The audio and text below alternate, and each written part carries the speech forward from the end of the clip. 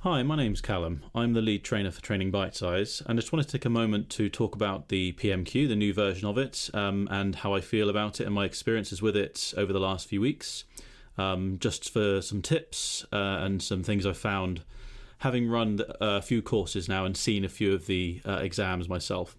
I incidentally also sat it myself in September just to kind of get a feel for the new version, because when I sat the PMQ, it was a handwritten exam, so I thought now is the time to refresh. So just wanted to have a moment to talk about that and my findings. So I imagine some of you, if not all of you, have heard a bit about the new exam, the format change. I won't kind of go through those again in too much detail, but it's a 2.5 hour exam as opposed to 3 hour 15-minute exam. It's a mix of multiple choice, written and select boxes. And even the long answer questions, whereas the old version of the exam was essay style, the new version of the exam is more sort of succinct. The information they require from you is more succinct. Bullet pointy is how I'd describe it. So just over the last few weeks then, I found a few things about the new exam I thought might be worth just talking about. So one in particular is making sure you read the question very carefully. So I found when I resat the PMQ myself, the questions I struggled most on from a person who's very familiar with the APM's content was the sort of longer question, scenario-based questions. They had a lot of text in them in the question. And I found that in the exam environment under pressure with that timer clicking down, those are the questions I found particularly challenging, because there was a lot of information, a lot of scene setting in the question that gave the question context. And I found those ones needed a bit more time to have a read through, and they were often trying to catch you out, or it certainly felt that way with some of the multiple choice in particular, trying to catch you out by using certain words and using certain phrases in the question that you might upon a glance think, oh, that's that, when if you read it more carefully and more strategically, it actually is asking you something slightly different. So my advice would be to make sure you read those longer obviously read all the questions carefully, but in particular those longer scenario-based questions where there's a lot of kind of context setting. The other thing I found with those is, and certainly I found when I've been discussing the course in the room with people, with delegates sitting the exam or about to sit the exam, is try not to bring outside context into those questions, because what I found, and certainly I was guilty of doing, and I know people I've worked with over the last couple of months who've now sat the exam have found, is that they were bringing outside circumstances into the question and going, well, if it was this, I'd do that. And it's like, well, it's not that though. It's the question that they're asking you need to read, and be careful of bringing external kind of thoughts and circumstances into that context, because the question's not giving you all the information. It's just saying, in this particular scenario, what would your response be? When you start adding in, well, what about that then, and what about this then, they're not giving you that information, because then it's not relevant to what they're asking. So don't bring that outside information in. So read the question, read the context, and answer within the context the question is asking you within.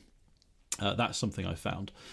The other questions I found that I found them straightforward once I found this little trick with them, and I know this is one of the question types that can cause a few problems as well. It's another multiple choice where they have like a list of 6 answers, and then you need to choose which mix of those are correct. So there's still 4 possible options, but there'll be a list of usually 6 sentences.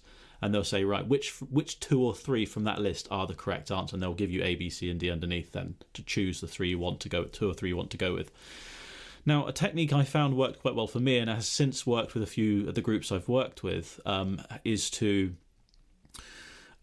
basically read through the list. And you're allowed a piece of scrap paper in the exam. I actually used it quite a lot for these, because there was a few of them in my exam.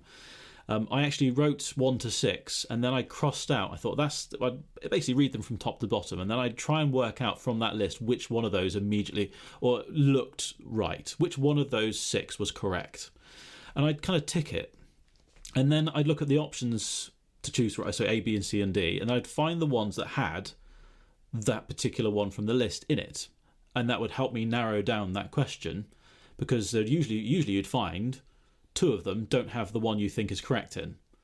And then you can use that to deduce which one is correct. And then what I did was looked at the other options that were available in the two answers that I had left to choose from, and then would see if they were correct. And I'd look for the one that was more correct, or the ones that are more correct.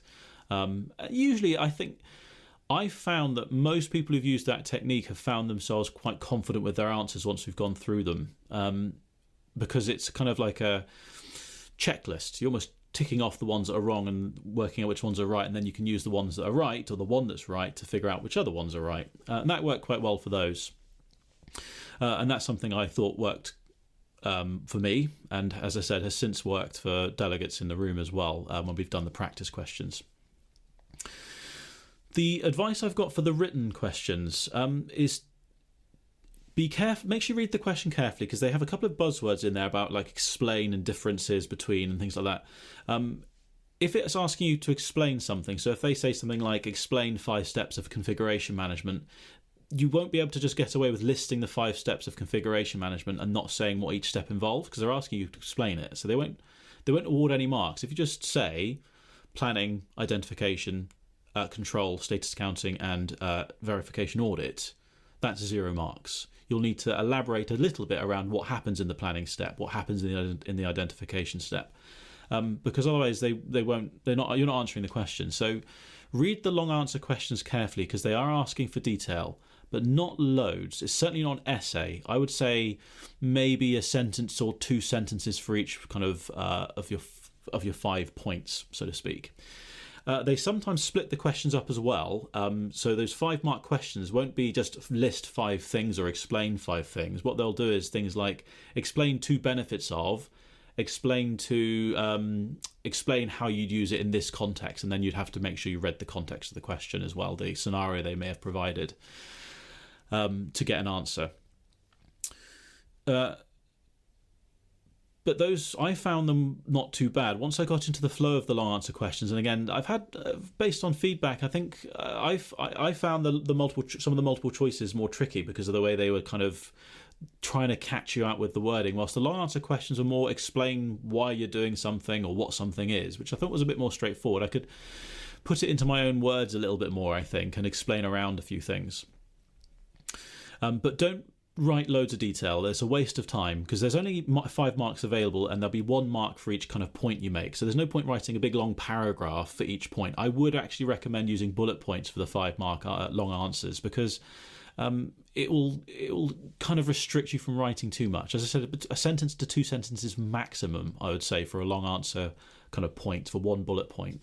And then for the short answer questions, you really want to keep them brief. They have a very limited character limit in the answers anyway, so you won't be able to write an awful lot regardless. But a couple of words rather, a phrase or a short sentence will be enough for your short answer questions. The timing, I think personally, seems reasonably fair. I think you do need to make sure you keep an eye on your timing, because I've had a couple of people who spent too long in the first half and then hadn't had enough time to really spend on the second half. But the timer is always on screen. You can take a break whenever you finish the first half. Just be mindful of when you finish the first half and you submit those answers, they are gone. You can't return back to them. You can't rethink them or reword them. You have to be careful with when you think you're ready to move on. But regarding kind of how you structure your exam, obviously keep an eye on the timing. But the main thing I'd recommend is if you're stuck on a question, there's a flag option. In the bottom right hand corner there's a flag icon, and if you click the flag icon, it puts a little flag symbol in the question tab on the left hand side of the screen. If you come across a question you think I don't know what the answer is, I don't get what they're asking, this is a bit heavy in the wording, because again some of those long answers, some of the questions can be quite wordy in terms of their context and the scenario they're providing, flag them and don't answer them. Park them and move on is my recommendation. Get through the exam at a reasonable pace to begin with. Just go through the questions. If you think, I'm happy with this question, I know what they're asking me, I know what the answer is, I'm confident with the answer it, move on. Click next, go to the next one. If you come across a question you think, I don't know the answer, I'm not sure what they're asking me, don't sit there for 10 minutes mulling it over. Just click next, flag it, click next, and move on to the next one. And then you'll have like a few questions left at the end. that are flagged potentially, or maybe none at all. But I certainly had flagged questions in when I sat it myself a few weeks ago, or whenever you're listening to this podcast. A few weeks ago could be years ago, but I flagged them, and then I came back to them later on, and I found that that helped me manage my time a lot more, because I got through the first sets of questions, and then I had left over. I thought, well, I've got half an hour or 20 minutes or 15 minutes or whatever I've got left to answer them, then I know how much time to spend on them. If it's a multiple choice and you come back to it and you think, I still don't know the answer, then there's a 1 in 4 chance of getting it right. So have a guess. If you are doing that, though, and you are really not sure on the answer, my recommendation would be to try and narrow it down a little bit. What you can usually find, and this isn't always the case, but you can find it, certainly this is what I've seen, and is the case with PFQ as well, the qualification sort of beneath this one, is you'll usually be able to identify 2 that seem wrong, instinctively probably come across as wrong to you, and then 2 that will come across as correct. Obviously, dismiss the ones that are wrong. You now have a 50-50 chance of getting it right. And if you have a look at the questions the answers you've got left, you can usually try and work out which one's more correct. And if you feel that one's more correct than the other, then go with that one. And then you've narrowed down the answer. You hopefully will feel a bit more confident about it that way. With the long answer questions, you're going to need to understand what they're asking. You need to know knowledge. You need to have that knowledge. So don't walk into this exam expecting to blag it because it's got multiple choice in it. It's really difficult exam still. They've retained its difficulty. They've just simplified the actual exam itself. Not simplified, made it more accessible, I think. It's less intensive in terms of there's not as much writing, and it's not about an essay so much anymore. It's about knowledge of their syllabus, which I think is what it should be testing, really, rather than your ability to type fast. Once you've committed the first half of the exam, you will go to a break. And as I said, you can't return to the previous 20 questions, 40 questions overall, 20 in the first half, 20 in the second half, total of 90 marks available across the paper. Your break is non-mandatory. I would recommend a brief pause, perhaps. Maybe get a cup of tea or something. You are allowed to leave the room. If you're doing the exam at home, you can leave the room. That's absolutely fine. You can't bring any notes in with you. You can't kind of walk back in with the answer sheet. But you can, in theory, do some revision outside of the room if you want to. I'd be cautious of doing that because you don't want to overburden your brain. It's just my thoughts on it. I mean, I wouldn't, if you want to do some revision in that half an hour, you can do, but I wouldn't really suggest it's recommended, in my opinion anyway. You might disagree, but in my thoughts, it's kind of a bit late for revision. Though cramming, lots of people do it. But you have a full half an hour if you want to take it, but it's not mandatory unless you're doing the exam in person, invigilated in person. That works slightly differently, in which case the break is currently mandatory. But if you're doing it online, which I imagine most of you will be, then the break is non-compulsory. So you have a timer on screen, and it will count down from 30 to 0. And there's also a button in the middle of the screen saying next, and you can click on that and it will open up your next half of the exam. And then you'll bring up the list, the last 20 questions, and it's very much the same as the first half. There's no split where the written questions are in the first half and the multiple choices in the second half. It's a complete mix. So question 1 could be a multiple choice, question 2 could be a long answer, question 3 could be another multiple choice, question 4 could be a short answer. It's a real blend, and it's the same with the topics as well. There won't be kind of topics bunched together, though they can occasionally bunch themselves together just with the way the paper's been formulated, but you can't rely on that. Each question is an isolated kind of thing. So that works to some extent as well. I think that's actually quite preferable because it kind of helps to remove the outside context I was mentioning earlier on. But read the question in isolation. Each question has its own page as well. When you click on it, all you'll see on that page is the question you're required to answer at that time. So you won't need to worry about looking at multiple questions and muddling them up or anything. But second half of the exam, very much the same as the first. 20 questions. You need to answer all of them. And keep an eye on your timer. You should have at least an hour and 15 minutes left, ideally, if you want to split the exam equally, which is what I would recommend. And when you're finished, if you've run out of time, it will boot you out. Same with the first half. If you run out of... the first half works a bit differently. You control the time when you want to have your break in the first half. In the second half, though, you can quit the exam early if you want to, or you can let the timer run out. Depends how long you've got left. But if you let the timer run out, it will boot you out because the exam is coming to a close. So you do need to keep an eye on your timer during your exam and manage your time. But when you're ready to finish, you can click the finish button in the top right-hand corner and it will manually end your exam. I mean, I finished my exam, I think I had about 25 minutes to spare in mine, though I found most people are getting to around 5 to 10 minutes left. Some people have been working right down to the last minute, but I've been finding the timing on this exam isn't as critical, as it were, as the old version of the exam. You might have a different experience with that potentially, but if you manage your time, I would be surprised if you do find you're absolutely down to the wire. That's my thoughts on the exam so far. Generally, the feedback has been that it's a more accessible, more straightforward experience than the old version of the exam. There's a greater breadth of knowledge to know because, unlike the old version of the exam, every question is mandatory, so you will need to make sure you do revise everything. You will need to understand the breadth and detail of all the topics, really. My recommendation would be to make sure you revise, make sure you prepare for the exam. If when you get your email through to do your checks early. Don't leave it to the day of the exam, because that will add to the stress levels. If you've done your checks in the 5 to 7 working days beforehand, I don't think it's even working days actually, I think it's just days, then you will be fine. Make sure you do your checks, and if they work and they're all okay, then your exam will be fine. The actual setup experience is very simple. It's all talked through. Every step is listed very clearly, and it talks you through very, very straightforwardly. I didn't find the actual administrative side of the exam stressful at all, personally.